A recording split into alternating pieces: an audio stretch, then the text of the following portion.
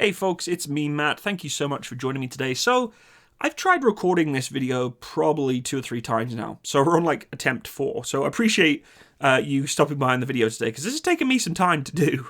But today's video is a bit of a niche, right? A lot of you don't watch my Canadian Armed Forces content for the most part because it is a very sort of small audience.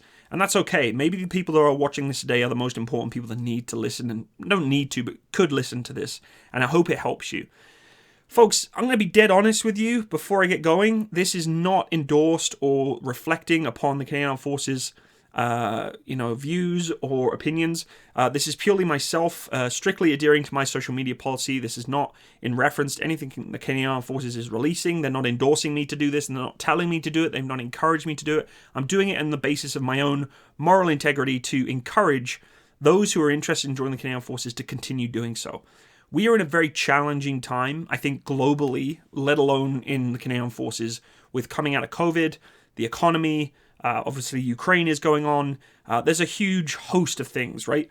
Whether it be the government or just your personal experiences with working with militaries, not just the Canadian Forces, but maybe you're another country's viewer and you've had a hard time in your own militaries around the world. It's a tough time for everyone. I'll safely say, from my perspective, I have had a lot of negativity coming across my mind in the last 2 to 3 years. A lot of negative pressure, noise that gets thrown at me. And I think it's part of my responsibility, especially having a platform and a viewership that I have on YouTube. It's part of my responsibility to not be someone who endorses negativity and creates more of it. Because negativity produces more negativity in my eyes. I'm certainly not saying let's sing Kumbaya and, butterflies and be all happy and dance around the fire and, just pretend that nothing is wrong. Because things do go wrong. I mean, when you're looking at a, countrywide organization and a family, all families have dysfunction, right? They all do. It doesn't matter who's the leader. There always going to be some form of issue within a family or an organization or a job or a responsibility that you have, maybe, that's going to happen. It's going to happen. It's going to happen. But as I said, I think it's part of my duty. I mean, this is my personal duty. Again, not being told to do this, not being encouraged to do this. I think it's my duty to try and get people out of the rut, right? We get sucked into the void, the black hole of, everything's horrible, everything's wrong. But it's not all wrong, right? There may be many things that I can't talk about, many things that I am also extremely frustrated with and, furious sometimes at listening to or being exposed to or being, aware of. But if I continually endorse promoting that kind of, messaging or mindset, we're going to go in circles, folks. And it's really important that those of you who are interested in joining the Canadian Forces, there is a lot of positives. There is a lot of positives behind there. Now, again, I can't talk too high level on this kind of stuff because it does fall into the realm of social media, the government, the job role itself, being a soldier in the Canadian Forces. But I think it's really important that I tell you the positives that you need to look at if you're wanting to join. And one of the big ones, first and foremost, is belonging. Now, a lot of you who are probably serving right now maybe have lost some of that belonging. I must admit, I personally have too. I've been exposed to some things that have made me feel like I don't belong, and that things are a challenge. But I don't let that get me down. I get up and I move forward. Losing weight. I was 55 pounds heavier in 2021. 55 pounds. The beginning of 2022, I was close to 200, maybe 250 pounds. That's crazy, guys. I was well overweight. I was down and out. And when I talk about belonging, one of the things that kept me going to lose that weight was my military brothers and sisters. They motivated me to keep going. Now, I'm just a reserve soldier. I don't have the ability to get paid to go do fitness, really, because, I don't. It's not how it works, right? In the Reg Force, you're given opportunity to do PT a lot more than you would be, in a civilian career like I am, an office worker. It just doesn't work. And it was really hard for me to motivate. And what I started to find was my military family looked out for me. My civilian family, I keep calling them family, but my civilian co-workers were telling me, oh, yeah, you're doing okay, Matt. And it was, they're encouraging me and telling me, like, hey, dude, you're a fat guy now. But my military, personnel and people around me were saying, look, dude, you need to snap out of this. Like, get out of this. You're part of a team. We want you to feel good. You keep telling us you're not feeling good. What can we do to help? And you don't get that very often in a civilian workforce. You just don't. And whether you're a reserve soldier or a Reg Force soldier, that belonging stays with you forevermore. Right? You don't just get that anywhere else. Some organizations, yes, you definitely will. But the belonging stays with you for life. And it's something that once you join, it's going to stick with you. You're going to meet people that you're going to be able to connect with. You're going to be able to have the same mentality, the same mindset, and be able to link with enough to say, you know what, when things get tough and times are tough, they're going to be there for you. And that's why, again, kind of why I'm making this video is for those of you who are having a hard time in the CAF right now, please reach out. I mean, God, message me. Just message me. Call me, text me, or Discord, or the comment section. Do something. I mean, if the Canadian Forces really isn't for you, then so be it. But I want you to think about what is causing you the biggest stressor. And if it's stressing you out enough to the point where you're saying, no, I have to leave, ask yourself the question, if you had gone to any other job and you were feeling the same stresses, would the people around you in that job, would they have your back as much as they would in the Canadian Forces? That's subjective. I mean, you could be a fireman, you could be a police officer, you could be a paramedic, you could be in some form of, militaristic styled structured organization, but you're not going to get, I think, the level of connection and the level of camaraderie that you get in the military. So belonging, folks, if you're willing to apply and wanting to apply, it's something that I can't really describe to you, but when you experience it and you understand that feeling, that connection that you have with the people around you, where you can take on a task, the most benign task or the most complicated task, and it just works, right? Regardless of what resources you have or the leadership you have around you, you still have those brothers and sisters that are going through the same crap you're going through, and whether you're in work or out of work, they're going to be there for you. Christmas season is a prime example, again, to the belonging side of things. The number of people I saw, veterans, serving, active, or retired, saying, hey, it's Christmas, if you need anything, reach out. Yes, I have other friends who are civilians that do that too, but not on the level of which veterans and soldiers do. And especially, I know many people in the Canadian Forces this year who have been having a really tough time. And, a few of them have reached out to me and asked for support and help and just to talk. That belonging, folks, is really, really a big selling factor as to why a career with the Canadian Forces, or any military around the world for that matter, is a positive. You have to take the positives out of this. Now let's talk about opportunity. Now, opportunity in the Canadian Forces can be a challenge, right? We don't have major deployments that you may have perceived as having back in the times of Afghanistan in terms of combat functionality. It's not really as prominent as what it was when I was joining in the British Army, deploying to Afghanistan in combat, deployment operations. We're doing just as much as important activities and roles than we are in Afghanistan than we are today, right? I'll have to safely say that when I served in the British Army, and looking back, especially when we pulled out of Afghanistan globally the last few years, it was pretty heartbreaking, right? It was pretty heartbreaking seeing what had happened to the country once we had pulled out. And a lot of the people I speak to about, I wish we had someone we could go in the Canadian Forces that's like really important and that, creates that sense of I've achieved something. You'd be amazed at what you guys who are actually deploying or going to deploy with the Canadian Forces are achieving. I can't talk too much politically, of course, around Ukraine, things like that. But those of you operating and supporting operations for training Ukrainian armed forces, do you know what I would do to be able to have the opportunity to do that? I mean, I have a civilian career now. I don't have the time to take off and the financial capability to take time off to go and do a deployment in the UK to train Ukrainian troops or wherever else to train troops. I would love to do that. I love training people. I love sharing my passion for what I do. And that's something else you need to look at when you're joining the Canadian Forces. Become confident and competent in something. Learn to be an infantryman, learn to be a gunner, learn to be a signaller, learn to be an engineer. Be proficient in all the skills and the abilities that if something does go wrong, if something, God forbid, actually kicks off and we do go back into a combat operation sometime in the future, you're ready. Does that mean that it's going to be a little boring, a little frustrating when things either don't go your way or you don't get deployment? 100%. But know this, you personally have dedicated yourself, committed yourself to learn something that is highly professional, highly important to what needs to be achieved, potentially for other countries or our own nation. And when you have that sort of proficiency and experience under your belt, you can do just about anything you want in the civilian career, right? If you have the ability to learn a professional trade like being a soldier or an airman or airwoman or sailor or whatever else it may be, that can be transferred to just about anything. You'd be amazed at the number of people I know who don't have degrees, don't even have college diplomas, and they're almost executives of companies because they have the moral integrity and the commitment and the drive that came with them from a military tasking or a military deployment, and they're able to apply it to something else in the civilian career. When it comes to opportunity, the opportunity comes down to yourself. You may feel that, I can't deploy, I'm not going to go somewhere amazing, or, this is boring, or whatever else it may be. I wish I was back in the days where I'd go to Afghanistan and, get into gunfights.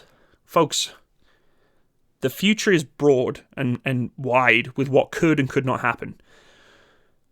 When I was presenting to my unit about, the history of the artillery, and I was talking about, operational deployments that the artillery had been involved in, Afghanistan was one of them. Many people before 9/11 never believed that we were going to deploy to Afghanistan. I mean, I certainly didn't. When I was a young kid watching the Twin Towers explode on TV live, because I was sick that day at high school or secondary school, I did not imagine thinking that a plane was going to crash into these buildings, 2 of them, and start something that then a few years later, or several years later, I was then going to be in a combat situation in Afghanistan across the world. I never thought of that. And that's why I tried reinforcing to my unit is, right now, things may be tedious, maybe boring, maybe repetitive, maybe unsatisfying, maybe unrewarding. Things can change, things can happen. The number of people I've spoke to who have gone to train other nations' militaries around the world have said it's so rewarding.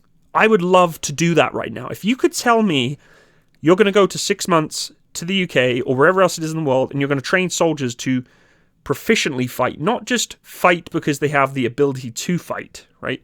Train as a professional, I would jump at it.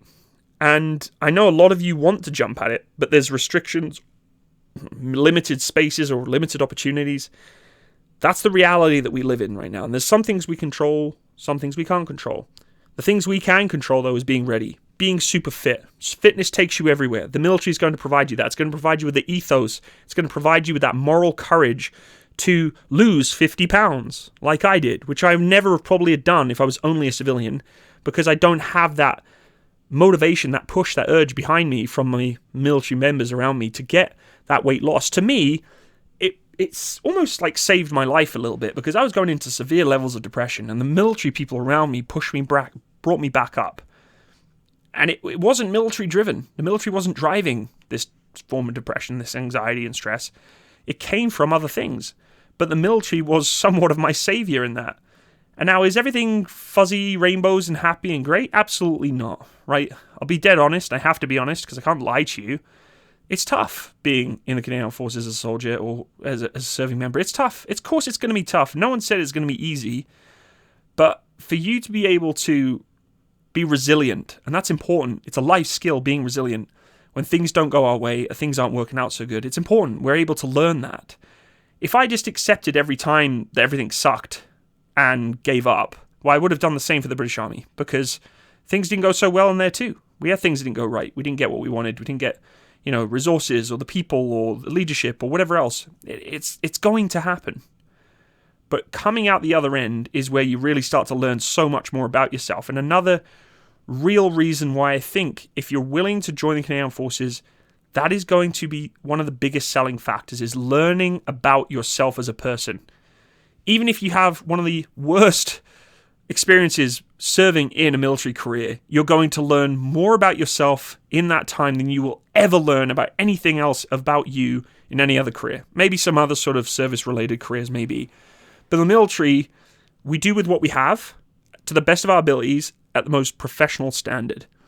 And I said a statement the other day, and a lot of people kind of captured me to it. They're like, that kind of makes sense. We want to be a professional, in the Army anyway, in the Army, because I'm specifically relating to the Army, because I don't know about the Navy and the Air Force, but in the Army, I look at this as in my sort of own personal standpoint is, I don't want to be a troop, I want to be a soldier, right? In the Canadian Forces, kind of like the British Army, right? The British Army's nickname for soldiers is squaddies, or squaddies, in the Canadian Forces, we're called troops, right? We just call the troops, right? Being a squaddie is just being a squaddie, right? You're it's hard to explain, but being a professional at something means that you take it to the utmost levels of seriousness, you take pride in it, you take respect in what you do, even if it sucks, even if it's awful, even if it's not going well, even if you're not getting the things you need, but you're professional in what you do. And I'm not certainly preaching the choir saying I'm the utmost perfect soldier and the most professional I haven't. I've made many mistakes, some really big mistakes before. And I try my best to learn from them. We're all human. But the difference between being a professional and being a troop, or a squaddie, is that soldiers keep going. They don't give up, they keep pushing. And that soldier mentality is a driver to everything else you do in life. And that's what I'm saying. You learn so much about yourself being in a military career that you can apply elsewhere. I would not be even talking to you through this microphone if it wasn't for the military right now. Successful on YouTube. I wouldn't have the confidence in public speaking. I wouldn't have the financial standpoint of the careers that it provided me with the confidence and the life experience to get the equipment that I record on, the, whatever else it may be to get me where I am today. Almost 95% of where I am today comes through my military life. And some people say, well, Matt, the military doesn't define you. Well, I'm sorry, but it defines me. That's who I am. I know the core of Matt is soldier. That's who I am. Maybe you are not a soldier or airwoman or man or a sailor at heart or a marine. Maybe you're something else. Maybe you weren't destined to be in the military. But it's an experience that you can use, even benchmark from, to prepare you for other careers. 100%. Which is why if maybe you're deterring from recruiting into the military because you had an idea about it, you're like, oh, it seems appealing, but I don't know, I'm hearing all these negative things. Please consider that heartbeat that you're hearing in your mind that's telling you, maybe you should try. Maybe you should give it a go. Just try it. You can always, come back out if it didn't work for you. The opportunities are there. It's up to you and up to us to take them. And if they don't arise or they're not available, then we have to be patient. And if nothing shows up after that patience, that's life, folks. That is life. There's some things we can control and some things we cannot. But if something inside you, as you're watching this video, is saying, you know what, I really think I want to try and give it a go, please consider it. Because the benefits you're going to get out of just life experience from the military, the fun, the humor, the memes, the camaraderie, the bonding, it's not all good times. I've experienced bullying in the military. Not in the Canadian Armed Forces, but in the British Army for sure I did.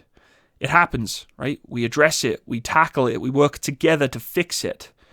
Does that always go well? No, it doesn't. It doesn't always go well. Sometimes there may not be the right way of handling and dealing with things. But again, comes back to resilience.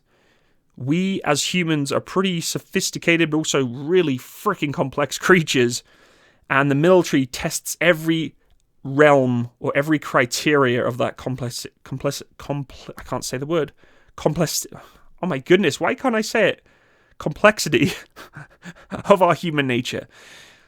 Being put under pressure, being tired, being stressed, social skills, interacting with others, people skills, all these things that you progressively be pushed through, and not always the good times, make you who you are. So if you're defining what your future is going to be like on the negativity that you hear around joining, that's not a good way to go.